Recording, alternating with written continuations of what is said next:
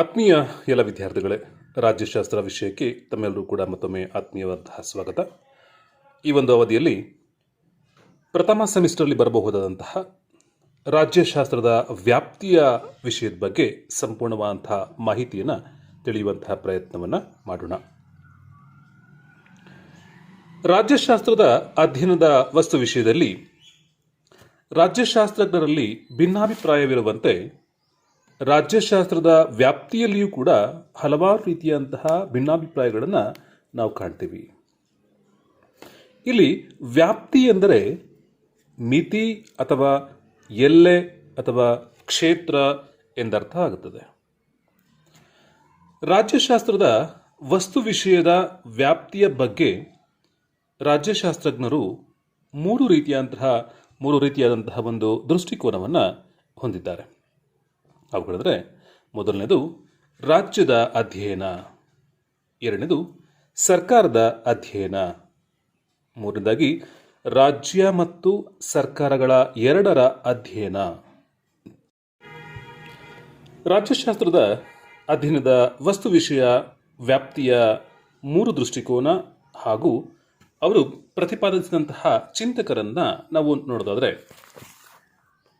ಈ ರಾಜ್ಯಶಾಸ್ತ್ರದ ವ್ಯಾಪ್ತಿ ಅಂದರೆ ಕೇವಲ ರಾಜ್ಯಕ್ಕೆ ಮಾತ್ರ ಸಂಬಂಧಪಟ್ಟಂಥದ್ದು ಎಂಬುದಾಗಿ ಹೇಳಿರ್ತಕ್ಕಂತಹ ತಜ್ಞರ ಪಟ್ಟಿ ಅಂದರೆ, ಮೊದಲನೇದಾಗಿ ಬ್ಲಂಟ್ಸ್ಲಿ, ಗಾರ್ನರ್ ಹಾಗೂ ಗ್ಯಾರಿಸ್. ಇವರು ರಾಜ್ಯಶಾಸ್ತ್ರದ ವ್ಯಾಪ್ತಿ ಅಂದರೆ ಅದು ಕೇವಲ ರಾಜ್ಯಕ್ಕೆ ಮಾತ್ರವೇ ಸೀಮಿತವಾಗಿದೆ ಎನ್ನುವಂತಹ ಅರ್ಥಗಳಲ್ಲಿ ಹೇಳ್ತಾರೆ. ಹಾಗೆ ಎರಡನೇದಾಗಿ ರಾಜ್ಯಶಾಸ್ತ್ರದ ವ್ಯಾಪ್ತಿ ಅಂದರೆ ಅದು ಸರ್ಕಾರಕ್ಕೆ ಸಂಬಂಧಪಟ್ಟಂತಹ ವಿಷಯವಾಗಿದೆ ಎಂಬುದಾಗಿ ಹೇಳಿದ್ದಾರೆ. ಸೊ ಈ ವಿಷಯವನ್ನು ಯಾರೆಲ್ಲ ಹೇಳಿದ್ದಾರೆ ಅಂತ ಹೇಳಿದರೆ, ಮೊದಲನೇದಾಗಿ ಜಾನ್ ಶಿಲೆ, ಲೀಕಾಕ್, ಇನ್ನೂ ಹಲವಾರು ತಜ್ಞರು ರಾಜ್ಯಶಾಸ್ತ್ರದ ವ್ಯಾಪ್ತಿ ಅಂದರೆ ಅದು ಕೇವಲ ಸರ್ಕಾರಕ್ಕೆ ಸಂಬಂಧಪಟ್ಟಂಥದ್ದು ಎಂಬುದಾಗಿ ಹೇಳ್ತಾರೆ. ಸೊ ಇನ್ನು ಮುಂದುವರೆದು ರಾಜ್ಯಶಾಸ್ತ್ರದ ವ್ಯಾಪ್ತಿ ಅನ್ನೋದು ರಾಜ್ಯ ಮತ್ತು ಸರ್ಕಾರ ಎರಡಕ್ಕೂ ಸಂಬಂಧಪಟ್ಟಂಥದ್ದು ಎಂಬುದಾಗಿ ಪ್ರೊಫೆಸರ್ ಗಿಲ್ಕ್ರಿಸ್ಟ್, ಗೆಟಲ್, ಸ್ಟಿಫನ್, ಹಾಗೆ ಹೆರಾಲ್ಡ್ ಲಾಸ್ಕಿ, ಪಾಲ್ ಜೆನೆಟ್, ಇನ್ನೂ ಹಲವಾರು ತಜ್ಞರು ತಮ್ಮದೇ ಆದಂತಹ ಒಂದು ಅಭಿಪ್ರಾಯದಲ್ಲಿ ಈ ಒಂದು ರಾಜ್ಯಶಾಸ್ತ್ರದ ವ್ಯಾಪ್ತಿಯನ್ನು ಅವರದೇ ಆದಂತಹ ಒಂದು ರೀತಿಯಲ್ಲಿ ವರ್ಣನೆ ಮಾಡಿರೋದನ್ನು ನಾವು ಗಮನಿಸಬಹುದಾಗಿದೆ. ಇನ್ನು ಮುಂದುವರೆದಂತೆ 1948ರಲ್ಲಿ ನಡೆದಂತಹ ಯುನೆಸ್ಕೋ ಸಮ್ಮೇಳನದಲ್ಲಿ ಯಾವೆಲ್ಲ ಒಂದು ವಿಷಯಗಳನ್ನು ನಿರ್ಣಯ ತೆಗೆದುಕೊಳ್ಳಾಯಿತು, ಸೊ ಅಂತಹ ನಿರ್ಣಯಗಳೇ ರಾಜ್ಯಶಾಸ್ತ್ರದ ವ್ಯಾಪ್ತಿಯ ವಿಷಯಗಳಾಗಿವೆ ಅನ್ನುವಂಥ ಅಂಶವನ್ನು ಕೂಡ ಮತ್ತೊಂದು ರೀತಿಯಲ್ಲಿ ನಾವು ಗಮನಿಸಬಹುದಾಗಿದೆ. ಅಂದರೆ ಯುನೆಸ್ಕೋದ ಆಶ್ರಯದಲ್ಲಿ ಅಂತಾರಾಷ್ಟ್ರೀಯ ರಾಜಕೀಯ ವಿಜ್ಞಾನಿಗಳ ಸಮ್ಮೇಳನವು ಸೆಪ್ಟೆಂಬರ್ 1948ರಲ್ಲಿ ನಡೆದಾಗ ಈ ಒಂದು ಸಮ್ಮೇಳನದಲ್ಲಿ ರಾಜ್ಯಶಾಸ್ತ್ರದ ವಸ್ತು ವಿಷಯದ ಅಧ್ಯಯನದ ವ್ಯಾಪ್ತಿಯನ್ನು ಪ್ರಮುಖವಾಗಿ 4 ಭಾಗಗಳನ್ನಾಗಿ ಗುರುತಿಸಲಾಗುತ್ತೆ. ಮೊದಲನೇದು ರಾಜಕೀಯ ಸಿದ್ಧಾಂತ, ಎರಡನೇದಾಗಿ ರಾಜಕೀಯ ಸಂಸ್ಥೆಗಳು, ಮೂರನೇದಾಗಿ ಚಲನಾತ್ಮಕ ರಾಜಕೀಯ, ನಾಲ್ಕನೇದಾಗಿ ಅಂತಾರಾಷ್ಟ್ರೀಯ ಸಂಬಂಧ. ಈ 4 ಅಂಶಗಳನ್ನು ರಾಜ್ಯಶಾಸ್ತ್ರದ ವ್ಯಾಪ್ತಿಯು ಹೊಂದಿದೆ ಅನ್ನುವಂತಹ ಅರ್ಥಗಳಲ್ಲಿ ಹೇಳ್ತಾರೆ. ರಾಜಕೀಯ ಸಿದ್ಧಾಂತ ಅಂದರೆ ಅಲ್ಲಿ ರಾಜಕೀಯ ಸಿದ್ಧಾಂತ, ರಾಜಕೀಯ ವಿಚಾರ ಹಾಗೆ ರಾಜಕೀಯ ಇತಿಹಾಸ ಈ ಎಲ್ಲ ವಿಷಯಗಳನ್ನು ರಾಜ್ಯಶಾಸ್ತ್ರದ ವ್ಯಾಪ್ತಿಯಲ್ಲಿ ನಾವು ಕಾಣಬಹುದಾಗಿದೆ.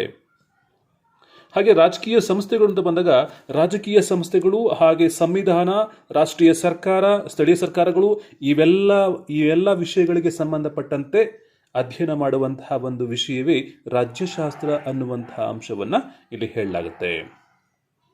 ಹಾಗೆ ಚಲನಾತ್ಮಕ ರಾಜಕೀಯ ಅಂದರೆ ರಾಜಕೀಯ ಪಕ್ಷಗಳು, ರಾಜಕೀಯ ಗುಂಪುಗಳು, ಸಾರ್ವಜನಿಕ ಅಭಿಪ್ರಾಯ, ಸಾರ್ವಜನಿಕ ಸಂಸ್ಥೆಗಳ ಪ್ರಭಾವವನ್ನು ಅಧ್ಯಯನ ಮಾಡುವಂಥದ್ದೇ ಈ ಒಂದು ರಾಜ್ಯಶಾಸ್ತ್ರದ ವ್ಯಾಪ್ತಿ ಅನ್ನುವಂತಹ ಅರ್ಥಗಳಲ್ಲಿ ಹೇಳಲಾಗಿದೆ. ಅಂತಾರಾಷ್ಟ್ರೀಯ ಸಂಬಂಧದ ವಿಷಯಕ್ಕೆ ಬಂದಾಗ ಅಂತಾರಾಷ್ಟ್ರೀಯ ರಾಜಕೀಯ, ಅಂತಾರಾಷ್ಟ್ರೀಯ ಸಂಘಟನೆ ಅಂತಾರಾಷ್ಟ್ರೀಯ ಆಡಳಿತ, ಅಂತಾರಾಷ್ಟ್ರೀಯ ಕಾನೂನು, ಸೊ ಇನ್ನೂ ಹಲವಾರು ವಿಷಯಕ್ಕೆ ಸಂಬಂಧಪಟ್ಟಂತೆ ತಿಳಿಸುವಂತಹ ಒಂದು ಶಾಸ್ತ್ರವೇ ರಾಜ್ಯಶಾಸ್ತ್ರ. ಸೊ ಇದರ ವ್ಯಾಪ್ತಿಯನ್ನು ಈ 4 ಅಂಶಗಳ ಆಧಾರಗಳ ಮೇಲೆ ವಿವರಣೆ ಮಾಡಬಹುದು ಅಂತಕ್ಕಂತಹ ವಿಷಯವನ್ನು ಇಲ್ಲಿ ಹೇಳಲಾಗುತ್ತೆ. ಸೊ ಹೀಗೆ ರಾಜ್ಯಶಾಸ್ತ್ರದ ವ್ಯಾಪ್ತಿಯನ್ನು ಕುರಿತಂತೆ ರಾಜ್ಯಶಾಸ್ತ್ರಜ್ಞರು ಹಾಗೂ ಯುನೆಸ್ಕೋ ಸಮ್ಮೇಳನದಲ್ಲಿ ರಾಜಕೀಯ ವಿಜ್ಞಾನಿಗಳು ನೀಡಿರ್ತಕ್ಕಂತಹ ವಿವರಣೆಯನ್ನು ಪರಿಶೀಲಿಸಿದ ನಂತರ ನಾವು ರಾಜ್ಯಶಾಸ್ತ್ರದ ವ್ಯಾಪ್ತಿಯನ್ನು ನಾವು ಈ ಮುಂದಿನಂತೆ ನಾವು ಹಲವಾರು ಅಂಶಗಳನ್ನು ಕಾಣೋದರ ಮೂಲಕವಾಗಿ ಅದರ ವ್ಯಾಪ್ತಿಯನ್ನು ವಿವರಿಸಬಹುದಾಗಿದೆ. ಸೊ ಮೊದಲನೇ ಒಂದು ಅಂಶ ಅಂದರೆ ರಾಜ್ಯಶಾಸ್ತ್ರದ ವ್ಯಾಪ್ತಿಯ ಮೊದಲನೇ ಒಂದು ಅಂಶ ಅಂದರೆ ರಾಜ್ಯ ಮತ್ತು ಸರ್ಕಾರ. ರಾಜ್ಯಶಾಸ್ತ್ರದ ಅಧ್ಯಯನವು ರಾಜ್ಯ ಮತ್ತು ಸರ್ಕಾರಕ್ಕೆ ಪ್ರಮುಖವಾದಂತಹ ಸ್ಥಾನಮಾನವನ್ನು ತಂದುಕೊಟ್ಟಿದೆ.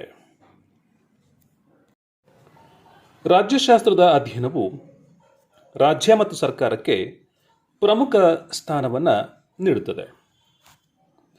ಇಲ್ಲಿ ರಾಜ್ಯದ ಉಗಮ, ಸ್ವರೂಪ, ಬೆಳವಣಿಗೆ ಹಾಗೂ ರಾಜ್ಯದ ಸಮಸ್ಯೆಗಳನ್ನು ಅಧ್ಯಯನ ಮಾಡುತ್ತದೆ.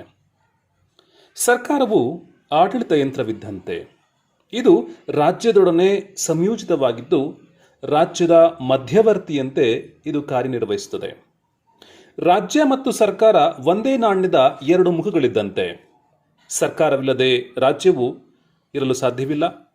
ಆದ್ದರಿಂದ ರಾಜ್ಯಶಾಸ್ತ್ರವು ರಾಜ್ಯ ಮತ್ತು ಸರ್ಕಾರದ ಎಲ್ಲ ಬಗೆಯ ಚಟುವಟಿಕೆಗಳನ್ನು ಅಧ್ಯಯನ ಮಾಡುವಂತಹ ವಿಷಯವನ್ನು ಹೊಂದಿದೆ ಅನ್ನುವಂತಹ ಅರ್ಥಗಳಲ್ಲಿ ಹೇಳಬಹುದಾಗಿದೆ. ಹಾಗೆ ಎರಡನೇ ಒಂದು ಅಂಶ ಅಂದರೆ ವ್ಯಕ್ತಿ ಮತ್ತು ರಾಜ್ಯ. ವ್ಯಕ್ತಿ ಸಮಾಜದಲ್ಲಿ ಎರಡನೇ ಒಂದು ಅಂಶ ಅಂದರೆ ವ್ಯಕ್ತಿ ಮತ್ತು ರಾಜ್ಯ. ವ್ಯಕ್ತಿ ಸಮಾಜದಲ್ಲಿ ಶಾಂತಿ ಮತ್ತು ಸುವ್ಯವಸ್ಥಿತವಾದಂತಹ ಜೀವನ ನಡೆಸಲು ಬಯಸುತ್ತಾನೆ. ರಾಜ್ಯವು ವ್ಯಕ್ತಿಯ ಉತ್ತಮ ಜೀವನಕ್ಕಾಗಿಯೇ ಸ್ಥಾಪನೆಯಾಗಿರುತ್ತದೆ. ವ್ಯಕ್ತಿಯ ಉತ್ತಮ ಹಾಗೂ ಶಾಂತಿಯುತ ಜೀವನವು ರಾಜ್ಯವನ್ನು ಅವಲಂಬಿಸಿದೆ. ಈ ರಾಜ್ಯವನ್ನು ವ್ಯಕ್ತಿಯೇ ಸ್ಥಾಪಿಸಿಕೊಂಡಿದ್ದರೂ ಕೂಡ ಕೆಲವೊಮ್ಮೆ ವ್ಯಕ್ತಿಯ ಸ್ವತಂತ್ರ ಮತ್ತು ಹಕ್ಕಿನ ಮೇಲೆ ನಿರ್ಬಂಧವನ್ನು ಹೇರುವ ಮುಖಾಂತರವಾಗಿ ಬಲಾತ್ಕಾರ ಹಾಗೂ ಶಿಕ್ಷೆಗಳ ಪ್ರಯೋಗ ಮತ್ತು ಆಜ್ಞೆಗಳನ್ನು ಆದೇಶಿಸುತ್ತದೆ. ವ್ಯಕ್ತಿ ಸಾಮಾಜಿಕ ವ್ಯವಸ್ಥೆಯಲ್ಲಿ ಜೀವನವನ್ನು ನಡೆಸುವಂತಹ ಕ್ರಮ ವಿಧಾನವನ್ನು ರಾಜ್ಯವು ನಿರ್ದೇಶಿಸುತ್ತದೆ. ಇಂತಹ ಕ್ಲಿಷ್ಟ ಸಂದರ್ಭದಲ್ಲಿ ವ್ಯಕ್ತಿ ಮತ್ತು ರಾಜ್ಯದ ನಡುವಿನ ಸಂಬಂಧ ಮುಂದೆ ಇರಬೇಕಾದಂತಹ ಸಂಬಂಧವನ್ನು ಇದು ಅಧ್ಯಯನ ಮಾಡುತ್ತದೆ. ಮಾನವ ಮೊದಲು ಸಮಾಜ ಜೀವಿ, ಅನಂತರ ರಾಜಕೀಯ ಜೀವಿ. ಮಾನವನ ಈ ರಾಜಕೀಯ ಚಟುವಟಿಕೆಗಳನ್ನು ರಾಜ್ಯಶಾಸ್ತ್ರವು ಅಧ್ಯಯನ ಮಾಡುವಂತಹ ಉದ್ದೇಶವನ್ನು ಹೊಂದಿದೆ. ಮೂರನೇ ಒಂದು ಅಂಶ ಅಂದರೆ ರಾಜಕೀಯ ಸಿದ್ಧಾಂತ. ವಾಸ್ತವವಾಗಿ ರಾಜ್ಯಶಾಸ್ತ್ರದ ಅಧ್ಯಯನ ರಾಜಕೀಯ ಸಿದ್ಧಾಂತದಿಂದಲೇ ಆರಂಭಗೊಳ್ಳುತ್ತದೆ. ಇಲ್ಲಿ ರಾಜಕೀಯ ತತ್ವಜ್ಞಾನಿಗಳ ವಿಚಾರಗಳು, ತತ್ವಗಳು ಮತ್ತು ಸಿದ್ಧಾಂತಗಳನ್ನು ಅಧ್ಯಯನ ಮಾಡಲಾಗುತ್ತದೆ. ಈ ಸಿದ್ಧಾಂತಗಳ ಅಧ್ಯಯನದಿಂದ ರಾಜ್ಯಶಾಸ್ತ್ರದ ವಿದ್ಯಾರ್ಥಿಗಳಿಗೆ ಹೆಚ್ಚು ಅನುಕೂಲವಾಗುತ್ತದೆ ಮತ್ತು ಉಪಯೋಗವಾಗುತ್ತದೆ. ರಾಜಕೀಯ ಸಿದ್ಧಾಂತವು ರಾಜಕೀಯ ಚಿಂತಕರ ಚಿಂತನೆ ಹಾಗೂ ಸಿದ್ಧಾಂತಗಳನ್ನು ಒಳಗೊಂಡಿದೆ. ಅಂತಹ ಸಿದ್ಧಾಂತಗಳೆಂದರೆ ಪ್ರಜಾಪ್ರಭುತ್ವ, ಸಮಾಜವಾದ, ಸಮತಾವಾದ, ವ್ಯಕ್ತಿವಾದ, ಉದಾರವಾದ, ಪ್ರಯೋಜಕತಾವಾದ, ಫ್ಯಾಸಿಸಂ, ನಾಜಿಸಂ, ಆದರ್ಶವಾದ ಮೊದಲಾದವುಗಳು ಸೇರಿವೆ. ಈ ಸಿದ್ಧಾಂತಗಳು ಇತಿಹಾಸ, ಉಗಮಕ್ಕೆ ಕಾರಣ, ಅವುಗಳು ಹೊಂದಿರುವಂತಹ ತತ್ವಗಳು, ಸಿದ್ಧಾಂತಗಳ ನಡುವಿನ ವ್ಯತ್ಯಾಸ, ಹೋಲಿಕೆ ಮತ್ತು ಅವುಗಳ ಉಪಯುಕ್ತತೆಯನ್ನು ಅಭ್ಯಸಿಸಲಾಗುತ್ತದೆ. ಸೊ ಇಂತಹ ಒಂದು ಅಂಶನೂ ಕೂಡ ಈ ಒಂದು ರಾಜ್ಯಶಾಸ್ತ್ರದ ವ್ಯಾಪ್ತಿಯ ಒಂದು ಅಂಶವಾಗಿ ನಾವು ಗಮನಿಸಬಹುದು. ಮುಂದುವರೆದು ನೋಡುವಂತಹ ನಾಲ್ಕನೇ ಒಂದು ಅಂಶ ಅಂದರೆ ರಾಜಕೀಯ ಸಂಸ್ಥೆಗಳು. ರಾಜ್ಯಶಾಸ್ತ್ರವು ಸರ್ಕಾರವನ್ನು ರಾಜಕೀಯ ಸಂಸ್ಥೆಗಳಲ್ಲಿಯೇ ಒಂದು ಎಂದು ಪರಿಗಣಿಸಿದೆ. ಇಲ್ಲಿ ರಾಷ್ಟ್ರೀಯ ಸರ್ಕಾರ ಹಾಗೂ ಸರ್ಕಾರದ ಬಗೆಗಳು, ಪ್ರಾದೇಶಿಕ ಹಾಗೂ ಸ್ಥಳೀಯ ಸಂಸ್ಥೆಗಳು ಮತ್ತು ಆಡಳಿತ, ಸಂವಿಧಾನ ಹಾಗೂ ಸಂವಿಧಾನದ ಬಗೆಗಳು ಇವುಗಳೆಲ್ಲವನ್ನು ಕೂಡ ಅಧ್ಯಯನ ಮಾಡುವಂತಹ ಒಂದು ಕೆಲಸವನ್ನು ಮಾಡ್ತದೆ. ಇಲ್ಲಿ ರಾಜಕೀಯ ಸಂಸ್ಥೆಗಳ ಉಗಮ, ಸ್ವಭಾವ, ಸರ್ಕಾರದ ರಚನಾಕ್ರಮ ಹಾಗೂ ಲೋಪದೋಷಗಳನ್ನು ಹೋಲಿಕಾ ವಿಧಾನದ ಮೂಲಕ ಅಧ್ಯಯನ ಮಾಡಲಾಗುತ್ತೆ. ಸೊ ಇಂತಹ ಒಂದು ಅಂಶನೂ ಕೂಡ ರಾಜ್ಯಶಾಸ್ತ್ರದ ಒಂದು ವ್ಯಾಪ್ತಿಯ ಅರ್ಥಗಳಲ್ಲಿ ಬರುತ್ತೆ ಅಂತಕ್ಕಂಥದ್ದನ್ನು ನಾವು ಹೇಳ್ಬೋದು. ಮುಂದುವರೆದು ನೋಡುವಂತಹ 5ನೇ ಒಂದು ಅಂಶ ಚಲನಾತ್ಮಕ ರಾಜಕೀಯ. ರಾಜ್ಯಶಾಸ್ತ್ರದ ವಸ್ತು ವಿಷಯಗಳು ಚಲನಶೀಲತೆಯ ಗುಣವನ್ನು ಹೊಂದಿವೆ. ಪ್ರತಿಯೊಂದು ರಾಜಕೀಯ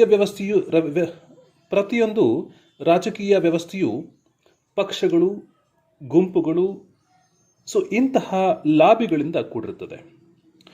ಇವುಗಳು ರಾಜ್ಯ, ಸರ್ಕಾರ, ಕಾನೂನುಗಳ ರಚನೆ ಮತ್ತು ರಾಜಕೀಯದ ಮೇಲೆ ಪ್ರಭಾವವನ್ನು ಬೀರುವುದರ ಮೂಲಕ ತಮ್ಮ ಹಿತಾಸಕ್ತಿಗೆ ಅಥವಾ ಹಿತಸಾಧನೆಗೆ ಪ್ರಯತ್ನಿಸುವಂತಹ ಒಂದು ಕೆಲಸ, ಹಾಗೆ ನಿಯಂತ್ರಣವನ್ನು ಅಥವಾ ಹಿಡಿತವನ್ನು ಸಾಧಿಸುವಂತಹ ಒಂದು ಕೆಲಸವನ್ನು ಮಾಡ್ತವೆ.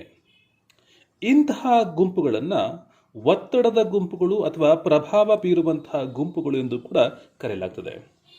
ಇಂತಹ ಒಂದು ಗುಂಪುಗಳೆಂದರೆ ರಾಜಕೀಯ ಪಕ್ಷಗಳಿರ್ಬೋದು, ಒತ್ತಡ ಗುಂಪುಗಳಿರ್ಬೋದು, ಸಾರ್ವಜನಿಕ ಅಭಿಪ್ರಾಯ ಇರ್ಬೋದು. ಇವೆಲ್ಲವೂ ಕೂಡ ಒಂದು ರೀತಿಯಾದಂತಹ ಒಂದು ಪ್ರಭಾವವನ್ನು ಬೀರುವುದರ ಮೂಲಕವಾಗಿ ರಾಜಕೀಯ ಅಥವಾ ಚಲನಾತ್ಮಕ ರಾಜಕೀಯದ ಒಂದು ಅಂಶವಾಗಿ ಇಲ್ಲಿ ಗೋಚರ ಆಗ್ತಾ ಬರ್ತವೆ. ಹಾಗಿದ್ದಾಗ ಈ ಒಂದು ಅಂಶನೂ ಕೂಡ ರಾಜ್ಯಶಾಸ್ತ್ರದ ಒಂದು ವ್ಯಾಪ್ತಿಯಲ್ಲಿ ಬರಬಹುದಾದಂತಹ ಒಂದು ವಿಷಯಗಳಾಗಿ ನಾವು ಗಮನಿಸಬಹುದು. ಮತ್ತೊಂದು ಗಮನಿಸಬಹುದಂತಹ ಒಂದು ಅಂಶ ಅಂದರೆ ಅಂತಾರಾಷ್ಟ್ರೀಯ ಸಂಬಂಧ ಮತ್ತು ಕಾನೂನು. ರಾಜ್ಯಶಾಸ್ತ್ರವು ರಾಜ್ಯಗಳ ನಡುವಿನ ಸಂಬಂಧ ಹಾಗೂ ಅಂತಾರಾಷ್ಟ್ರೀಯ ಕಾನೂನನ್ನು ಅಧ್ಯಯನ ಮಾಡುತ್ತದೆ.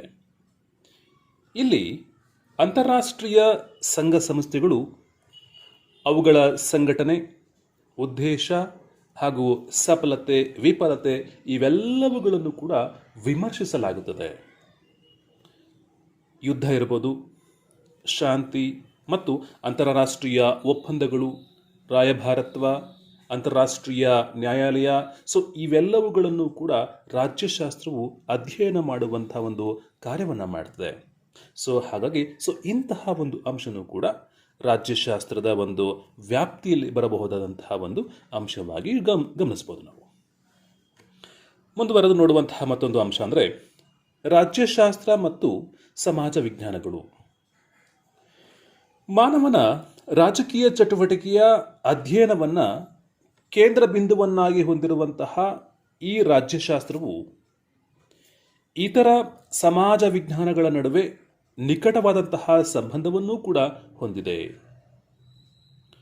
ಈ ರಾಜ್ಯಶಾಸ್ತ್ರವು ಇತರೆ ಸಮಾಜ ವಿಜ್ಞಾನಗಳ ಸಹಾಯವಿಲ್ಲದೆ ರಾಜ್ಯಶಾಸ್ತ್ರದ ವಸ್ತು ವಿಷಯಗಳ ಅಧ್ಯಯನ ಸಂಪೂರ್ಣವಾಗಲಿಕ್ಕೆ ಸಾಧ್ಯ ಇಲ್ಲ ಅಥವಾ ಪೂರ್ಣವಾಗಲಿಕ್ಕೆ ಸಾಧ್ಯವಿಲ್ಲ.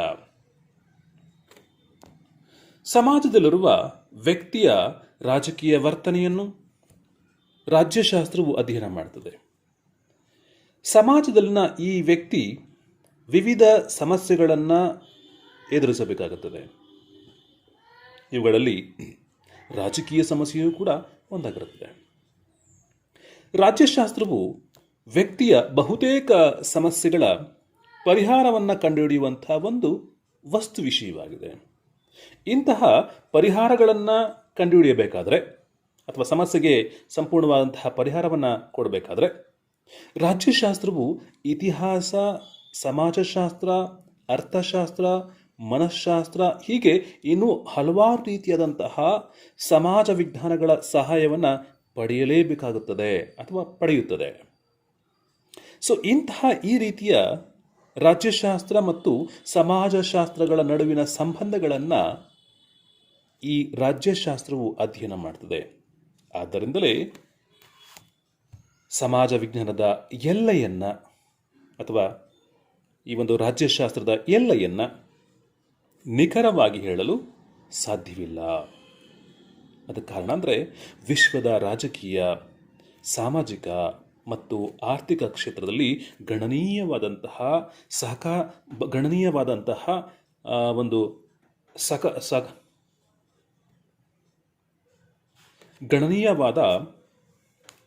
ಸಕಾರಾತ್ಮಕ ಮತ್ತು ನಕಾರಾತ್ಮಕ ಬದಲಾವಣೆಗಳು ಆಗಾಗ್ಗೆ ನಡೀತಾ ಇರ್ತದೆ.